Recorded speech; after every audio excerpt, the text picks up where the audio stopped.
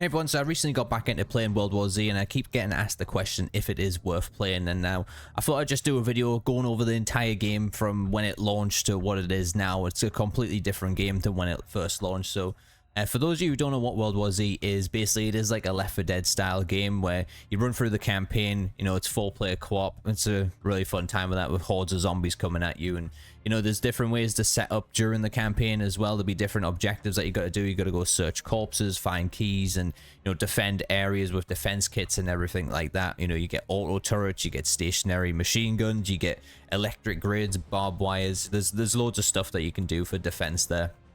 But the main thing is obviously just running through all the campaign as well. And attached to that, there is also a horde mode in the game as well. However, the game did release 6 years ago in 2019, so it is, you know, a relatively old game. I don't think it released with a horde mode, I want to say. I can't really remember because I did play it back then, but I'm pretty sure there wasn't a horde mode added at that time. But when it did release back in 2019, you know, there was only, you know, a few classes to choose from. There was a limited weapon pool. There was no crossplay. There was no cross progression as well. However, it was a relatively successful game, you know, with it being World War Z. It did release on the Epic Game Store as well, and just on PS4 and Xbox One.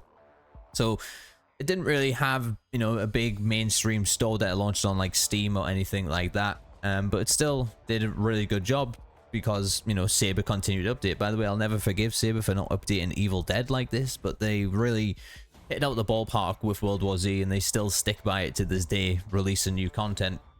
But when it first came out, it only had 4 campaigns with 1 DLC campaign, I believe. It also only launched with 4 or 5 classes to choose from, like I mentioned, and I said I don't really remember it having a horde mode. As the years went on, Saber kept adding, you know, loads of DLC, loads of quality of life changes. The DLC was fairly reasonably priced as well. You know, Saber never really ripped you off with DLC, which is another good thing that you can say about them.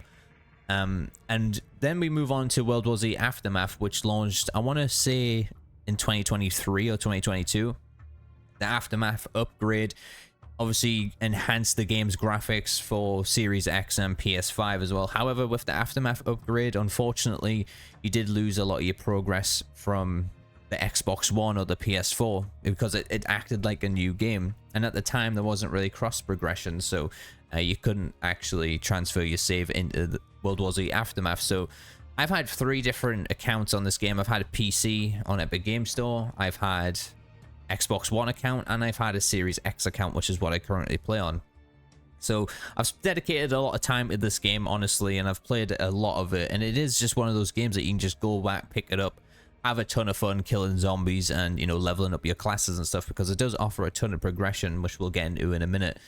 And, you know, since it did release the Aftermath campaign, and Aftermath, by the way, doesn't just only enhance the graphics, but it does give you all the original DLC as well. That includes skin packs for the weapons and, you know, new characters to play as well. And in terms of the campaigns, you know, some campaigns release with only 3 episodes, some of them release with 4 episodes as well. Just bear that in mind with the campaigns there. But, you know, they're all relatively fun to play. They're all in different areas as well. Like some are in Tokyo, some are in Vegas, etc. So you go pretty much around the world, which is nice. And you can see how it plays out in the different areas of the world and how people got out of there, basically, if you're into all the lore of World War Z. And so let's move on to the progression in the game. So right now there is 8 classes to level up and play in World War Z. They all offer unique ways as well of playing the game and spawning with different equipment and weapons. Let's go through all the classes real quick. I'll give you a brief description of what they do. So we have Gunslinger, specializes in frags and weapons. You can gain faster reloading from the skill tree there, spawning with better weapons as well as a lot of other optional bonuses to choose from for, you know, extra ammo for you and your team, or, you know, gaining damage buffs there. So Gunslinger is the first class that you'll probably try in the game. It's a simple class. It's all about buffing weapon damage, really, and, you know, having the extra ammo for your team there, and also has the frag grenade. So, you know, it's a very simple class, but, you know, it's very easy to get into the game just using Gunslinger. We also have Hellraiser, pretty much an explosive expert that uses C4, spawns in with shotguns and a grenade launcher. You can create your own build to enhance all of these weapons and explosives as well. Now we have the Medic class. Allows you to spawn in with stim pistols, med packs, and SMGs. Unfortunately, this stim pistol got a little bit of nerf. Used to be able to revive people on the floor. Now it can only pick people up if they are pinned down by a horde of zombies. So that's kind of unfortunate, but it is still a really good class. It's one of the better classes in the game, you know, allowing you to be the team medic to give extra heal and application buffs, as well as giving you and your teammates some nice buffs from the stim pistol. For yourself, you can also opt into buffing the class's use of the SMG as well. So medic is a good overall class to bring to the team there. It definitely shines in the harder difficulties as well, when you don't spawn in with med kits, and you can apply extra healing to teammates as long as people actually leave the med kits for you to pick up, and then you can heal them, and rather than them picking it up and applying the healing themselves, because you'll give more HP back for them. Moving on to the fixer class, one of the best classes in the game as well, starting with the supply bag and the scout rifle. You also have the option to start with masking grenades instead of the explosive ammo bags for the team as well. You know, both of them are a good choice. However, the masking grenades offer a lot of buffs, along with being able to mask your team from the zombies, allowing them to be targeted by zombies. So there's certain sections in the campaign where you've got to run through and there'll be hordes of zombies dropping on your head, and the masking grenades will allow you to just run and breeze through these zombies because they won't actually target you or your team. And not to mention, the masking grenades can also offer some slight buffs as well for people inside of that radius, because that'll allow them to reload faster, deal a little bit extra damage, etc. There's a lot of stuff with the masking grenades, and in general, masking is like a mechanic in this game that you can get from certain skills as well. It's one of the better skills in the game as well, so just bear that in mind. Moving on to Slasher, a class that is designed for exactly what it says on the tin. It does start with an SMG and a stun gun. The stun gun can hit multiple zombies, causing them to just, you know, be stunned on the spot there, and the Slasher can get up close then and do some great melee damage as well. One of the more fun classes in the game. However, it is a lot of risk for close quarters combat on this. There's always ways around that, obviously getting the masking effect like I just mentioned on melee weapon kills, and being able to constantly stun zombies with the stun gun there. Moving on to Exterminator. This is the last class that I've leveled up in the game. I don't really find it that appealing. It's sort of similar to Hellraiser, however it's more focused on fire and spreading fire on the battlefield, you know, starting with a shotgun and a Molotov cocktail. You can also swap the Molotov for using Claymores instead, which are a more popular choice for this class. Being able to set your own defenses with the Claymores and spreading fire on all the zombies as well. One of the more weaker classes in the game, like I mentioned, but it still offers a fun experience if you're into using fire to take out zombies there. Now, this is probably my favorite class in the game. It's definitely my main class in the game, which is Drone Master. So Drone Master, you spawn with a scout rifle and a drone.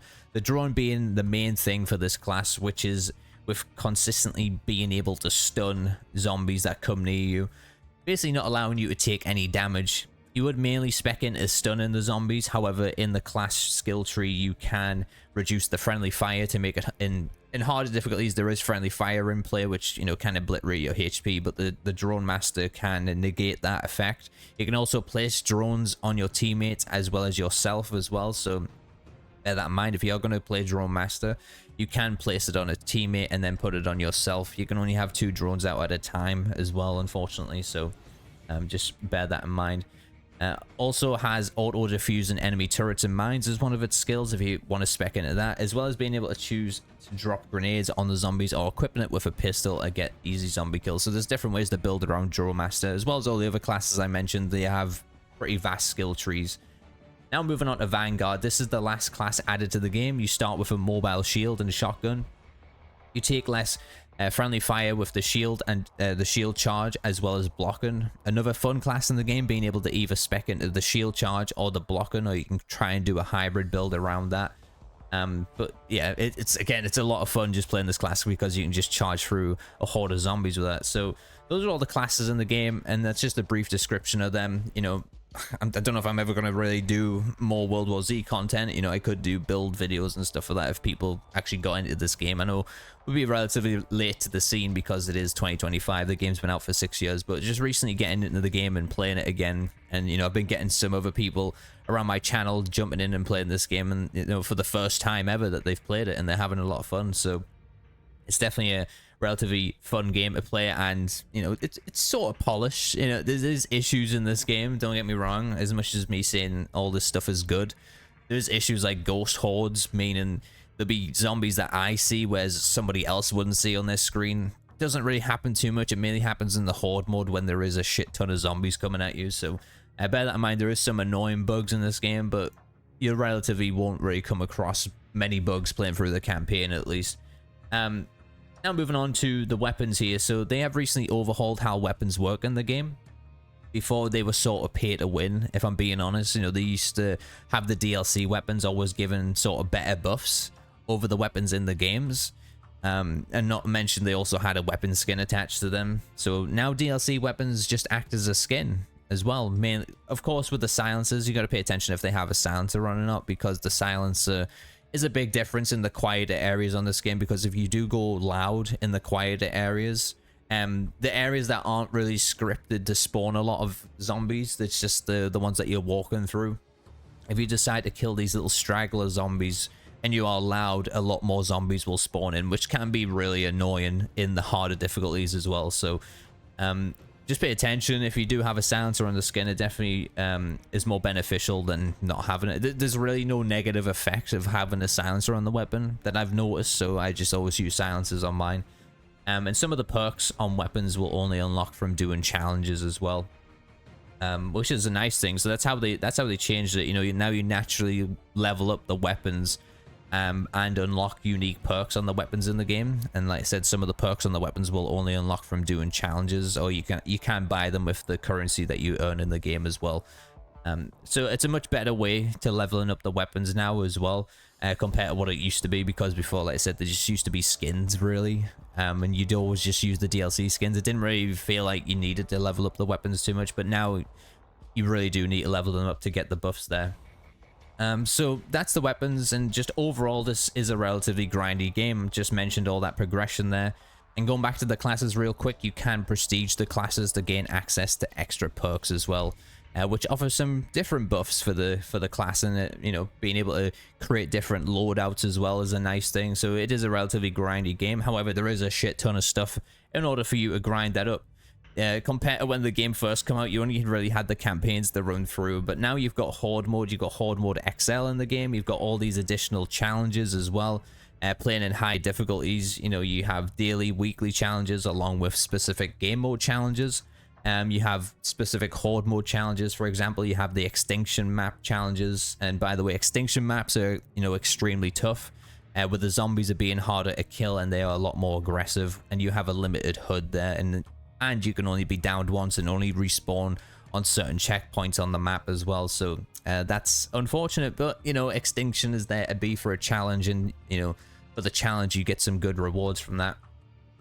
There's also certain things that are only locked behind Horde mode. For example, collecting the notes and stuff. But if you're playing through a hard mode challenge map, sorry, and you're walking through there, there'll be little notes and collectibles on the floor. If you collect these, you can then gain some extra weapons and some extra perks on the weapons as well if you collect enough of them. There's also PvP in the game as well, which, you know, I've never tried myself, but it is there for people who enjoy it. You know, that sort of PvP thing. It has 10 different classes. It's not like Left 4 Dead PvP where you could play as the zombies and stuff, but it's mainly just one, you know, player versus player. You know, you're just playing as your class there.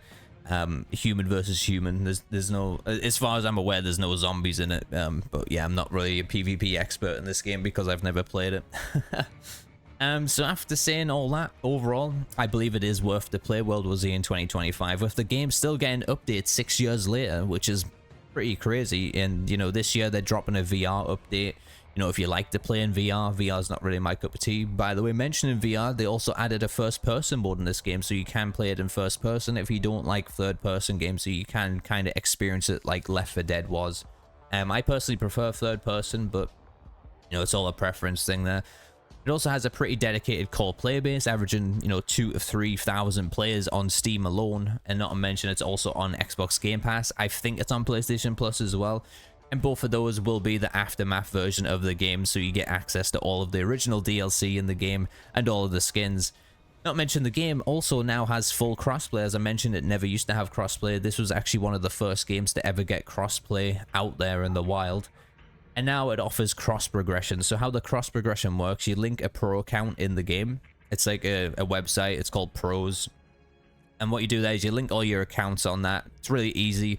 You scroll to the bottom and then you want to transfer your save, which has the highest level, to, you know, if you're going to go play on a gaming laptop like what I do. So I swap my save between my Xbox and my PC downstairs on my gaming laptop.